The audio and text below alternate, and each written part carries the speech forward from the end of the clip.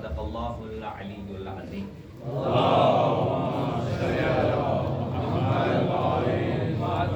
جن نوجوانوں سے گزارش ہے کہ تھوڑا آگے آگے تشریف لے آئیں اور ان نوجوانوں کی صحت و تندرستی کے لیے بآواز بلند صلوات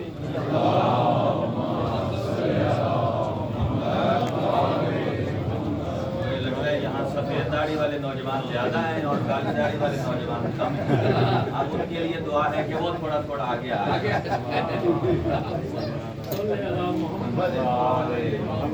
جس نے آگے آنا ہے ابھی کراس کر کے آ سکتا ہے، ابھی ابھی وقت ہے، اور اس کے بعد پھر ہم دعائے کلمات کے ساتھ آغازی گفتگو ہے۔ خداوند متعال تمام مریضوں کو شفاء کلی عطا فرمائے اور تمام مومنین اور مومنات کو عطبات عالیہ کی زیارات نصیب فرمائے،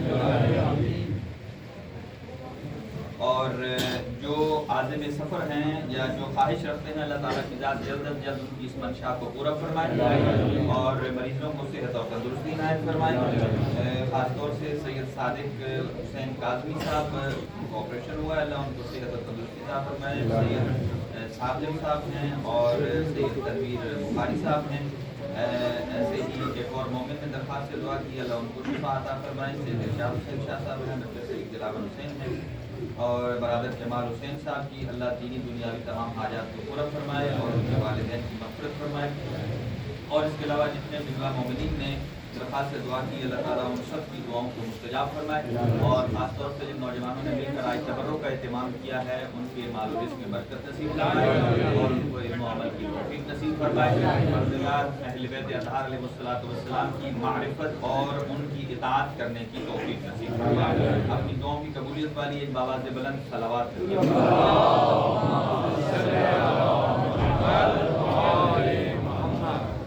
حاضرین گرامی قدر، جو افراد کل بھی موجود تھے ایک مجلس میں، ہم اس میں اسی سلسلے کو آگے بڑھائیں گے اور خاص طور سے 40 کے عنوان سے معروضات آپ کی خدمت میں پیش کریں گے۔ مجھے لگتا ہے کہ آواز آپ تک صحیح پہنچ رہی ہوگی، اور 40 چونکہ لفظ ہے عربی کا اور اردو میں اسے کہتے ہیں 40واں، تو یہ لفظ 40 مخصوص ہے تمام ائمہ معصومین میں سے صرف اور صرف سید الشہداء امام حسین علیہ السلام کی ذات کے ساتھ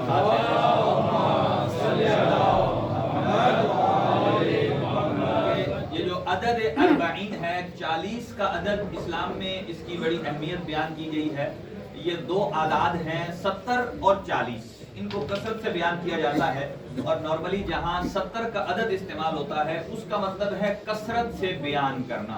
مثلا کہا جاتا ہے کہ ایک آدمی جو اکیلا نماز پڑھتا ہے اس کی ایک رکعت ثواب شمار ہوتی ہے، اور جو جماعت کے ساتھ پڑھتا ہے وہ ایک رکعت نہیں بلکہ 70 شمار ہوتی ہے۔ تو یہ 70 عدد کثرت ہے، نہیں ہے کہ اللہ 70 ہی دیتا ہے 71 نہیں دے سکتا، اسی پر ہم گفتگو کریں گے آگے۔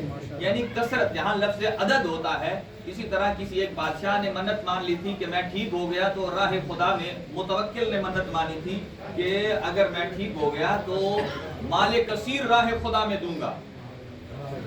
ٹھیک ہو گیا تو اب نہیں سمجھ پا رہا تھا کہ کتنا مال دوں۔ جب بارگاہ عصمت سے رجوع ہوا تو آپ نے فرمایا کہ 70 کے عدد کے مطابق دے دو۔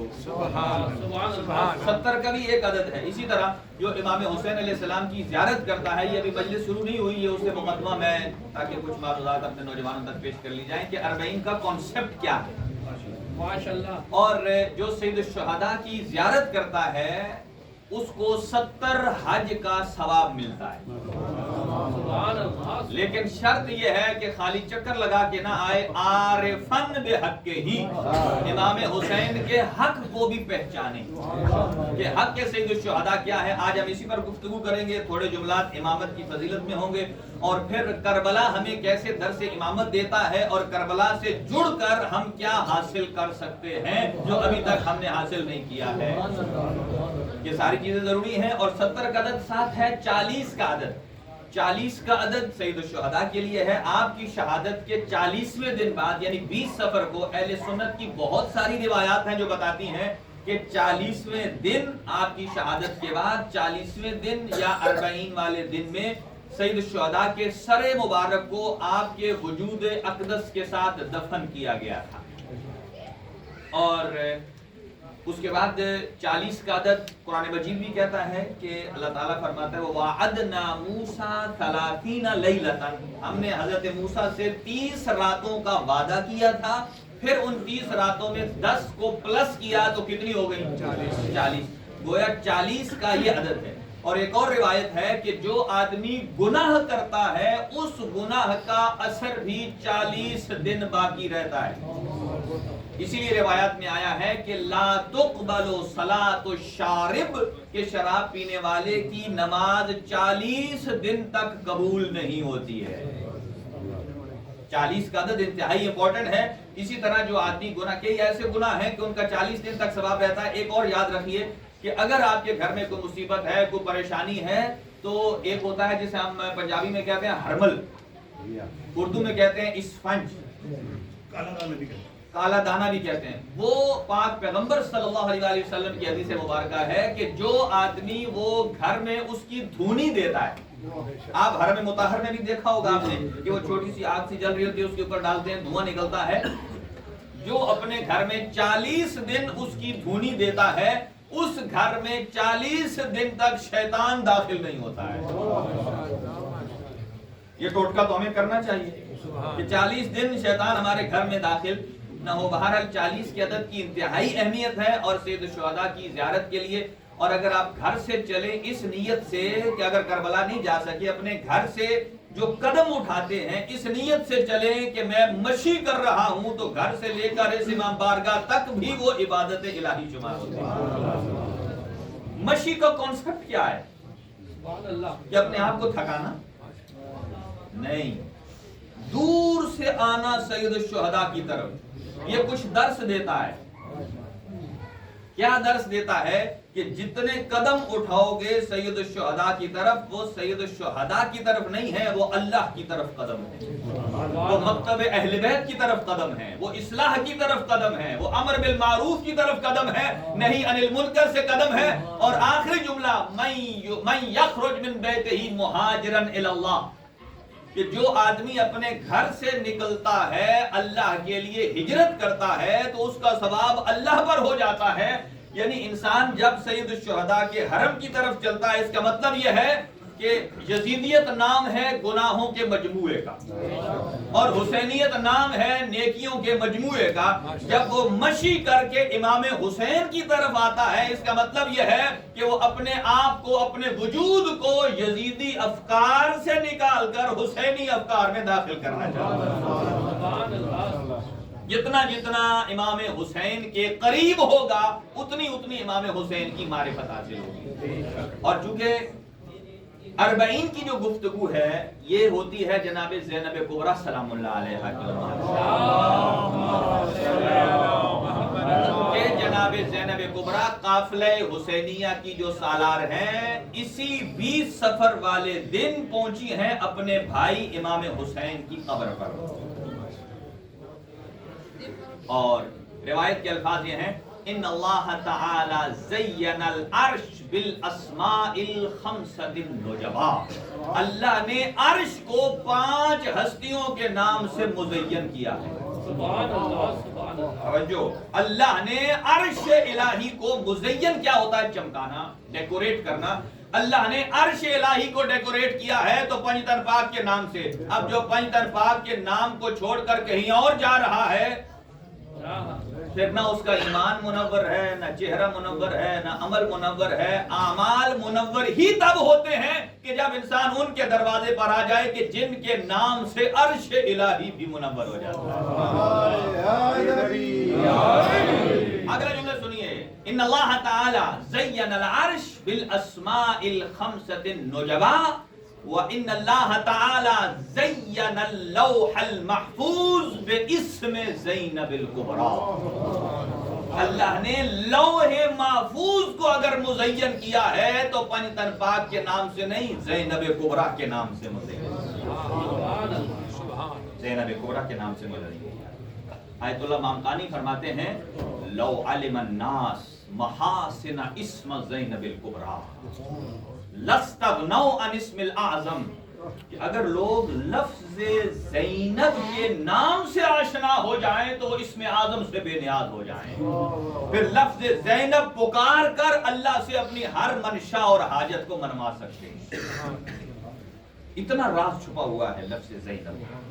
لیکن اس طرف بڑھتا ہوں آگے، بیان امامت کے کانسیپٹ کو، اور پھر جناب زینب کبریٰ سلام اللہ علیہا نے میدان کربلا میں کیسے امامت کا انٹروڈکشن کرایا ہے، یعنی کہ یہ ہر شیعہ کا وظیفہ ہے، ہر مکتب اہل بیت سے وابستہ شخص کا وظیفہ ہے، کیا ذمہ داری ہے کہ وہ اپنے آپ کو بھی نظریہ امامت سے آگاہ کرے، اس کی معرفت حاصل کرے، اس کو پہچانوائے، اور جہاں تک اس کا حلقہ احباب ہے اپنے زمانے کے امام کا تعارف کرائے، چاہے جس حالت میں بھی ہو، کیونکہ آپ اور ہماری کوئی مشکل جو ہے وہ جناب زینب کبریٰ کی مشکل سے بڑھ کر مصیبت نہیں ہے۔ جب زینب کبریٰ نے اس گھڑی میں امامت کا تعارف کرایا اور امامت کی حفاظت کی ہے، تو آج آپ کا اور ہمارا بھی حق بنتا ہے کہ جس کیفیت میں بھی ہو نظریہ امامت کا تحفظ کریں، کیونکہ اللہ نے یہ تین چیزیں ہی تو ایسی دی ہیں ہمیں مکتب اہل بیت کو، ان میں سے ایک ہے جو انسان کو کبھی بکنے نہیں دیتی، ایک ایسی ہے جو کبھی جھکنے نہیں دیتی، اور ایک ایسی ہے جو کبھی بکھرنے نہیں دیتی۔ سبحان اللہ۔ مکتب اہل بیت کیوں متحد ہے، کیوں دشمن سازشیں کرتا ہے کہ اس کو الگ الگ کیا جائے؟ پہلی چیز کہ جو انسان کو بکنے نہیں دیتی۔ دیکھیں انسان کے پاس سب سے بڑی اگر دولت ہو تو وہ چھوٹی قیمت پر راضی نہیں ہوتا۔ آج چھوٹے بچے کے اس کے ہاتھ میں موبائل ہو نا تو آپ اسے ایک آرٹیفیشل لے کر دے دیں جو جلتا بھی ہو، ہلکا پھلکا، اسے کہیں یہ لے لے وہ دے دے، تو ایسا دعوی محبت تو چھوٹا بچہ بھی قبول نہیں کرتا کہ آپ اسے نقلی دے دیں اور اصلی اسے واپس لیں۔ قطعاً وہ ایسا نہیں کرتا، کیوں؟ اسے پتا ہے، اس کے میموری میں یہ بات ہے کہ وہ اوریجنل ہے۔ اچھا مجھے یہ بتائیں، پھر آتا ہوں اس طرف، کیا ساری مسجدیں ایک جیسی ہیں؟ بولیے، ہیں تو ساری مسجدیں نا، ساری مساجد ہیں، اللہ کے گھر ہیں، سب ایک جیسے ہیں۔ اگر سب ایک جیسے ہیں تو ہر ایک کا حکم الگ کیوں ہے؟ محلے کی مسجد کا ثواب اتنا، شہر کی مسجد کا ثواب اس سے زیادہ، جامع مسجد کا ثواب اس سے زیادہ، مسجد سہلہ میں چلے جائیں اس کا ثواب اس سے زیادہ، مسجد کوفہ چلے جائیں جس میں 1000 انبیاء کا مسکن ہے اس کا ثواب اس سے زیادہ، مدینہ تو رسول میں چلے جائیں مسجد نبوی میں اس کا ثواب اس سے زیادہ۔ اس کا مطلب یہ ہے کہ نام سب کا مسجد ہے لیکن سب ایک جیسی نہیں ہے۔ البتہ اچھا مجھے یہ بتائیے، یہ ساری مساجد کاپی ہیں اصل خانہ کعبہ کی۔ مسجد کو آپ کیا بولتے ہیں؟ اللہ کا گھر۔ تو خانہ کعبہ کیا ہے؟ اللہ کا گھر۔ تو پھر خالی کہنے سے وہ چیز ہو نہیں جاتی، توجہ رہے میری طرف، خالی کہنے سے وہ چیز ہو نہیں جاتی۔ مثلا آپ کہیں کہ یہ مسجد اللہ کا گھر ہے تو صرف آپ کہہ رہے ہیں، حکمن ہے، نہ کہ اصل خانہ خدا ہے۔ اصلی ویسا نہیں ہے۔ کیوں؟ آپ پھر پوچھیں گے مجھ سے، میں بتاتا ہوں آپ کو کہ جو اصلی خانہ کعبے کے احکام ہے کیا اس مسجد کے بھی وہی ہیں؟ اس خانہ کعبے میں آپ طواف کرتے ہیں، حج کرتے ہیں، حج کرنے جاتے ہیں، وہاں طواف کرتے ہیں، آپ کا حج ہو جاتا ہے، تو کیا آپ ایسا ہو سکتا ہے یہیں کھڑے ہو کر کہیں کہ میں حج کرتا ہوں اسی مسجد کے گرد طواف کر لیں؟ کہا یہ بھی تو اللہ کا گھر ہے۔ کیوں نہیں ہے؟ اس کا مطلب یہ ہے کہ وہ ہے اصل اصیل، اور یہ سارے حکم میں اس جیسے ہیں، نام پڑ گیا ہے۔ یہی وجہ ہے کہ اللہ کا گھر اللہ کا گھر، مسجد مسجد ہے۔ مسجد وہ حکم نہیں رکھ سکتی اور اس کا حکم اس کا حکم نہیں آ سکتا۔ اب سمجھ لیجئے کہ اگر آپ کسی کو امام کا نام بھی دے دیں گے تو ہر ایک کو امام کا نام دینے سے وہ امام بن نہیں جاتا، بلکہ امام ہوتا ہی وہی ہے کہ جو اصلی ہو، جو اوریجنل ہو، جو اصل اصیل ہو، اور جو خانہ خدا میں پیدا ہوا ہے اس جیسا نہ کوئی اس گھر میں پیدا ہونے والا ہو سکتا ہے اور نہ کوئی اپنے گھر میں پیدا ہونے والا ہو۔ نعرہ تکبیر، نعرہ رسالت، نعرہ حیدری۔ اب آجی توجہ میری طرف رہے چونکہ وقت مختصر مختصر ہے، میں نے کربلا کی طرف جانا ہے. یہ مقدمتاً گفتگو ہے، اور وہ یہ کہ میں نے کل بھی عرض کیا تھا کہ مکتب اہل بیت کا عقیدہ یہ ہے کہ اللہ پروردگار عالم کی ذات وحدہ لا شریک ہے. کائنات کی برتر شخصیت ذات پروردگار عالم کی ہے. اور دوسرا یہ ایک اینڈ ہے، اور دوسرا اینڈ کیا ہے؟ مخلوقات، آپ اور ہم. ان دونوں کے درمیان بھی اللہ نے ایک نورانی مخلوق کو خلق کیا ہے، سبحان اللہ، جو واسطہ فیض ہیں. اچھا مجھے بتائیے، دیکھیں نسبت مختلف ہو سکتی ہے. مثلا ایک باپ ہے، میں ہوں، جو میری اولاد ہے ان کی نسبت میں ان کا باپ ہوں، اور میں اپنے باپ کی نسبت اس کا بیٹا ہوں. اب یہ تو نہیں ہو سکتا میں اپنی اولاد کا بھی باپ ہوں اور اپنے باپ کا بھی باپ ہوں.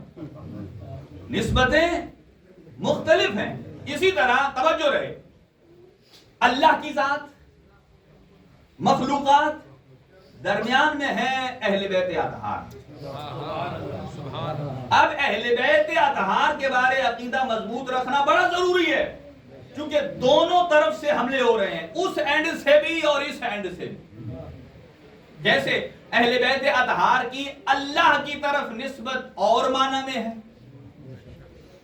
اور ہماری طرف نسبت اور معنی میں ہے. وہ کیسے؟ اللہ کی طرف نسبت ہے کہ یہ اللہ سے فیض کو لیتے ہیں،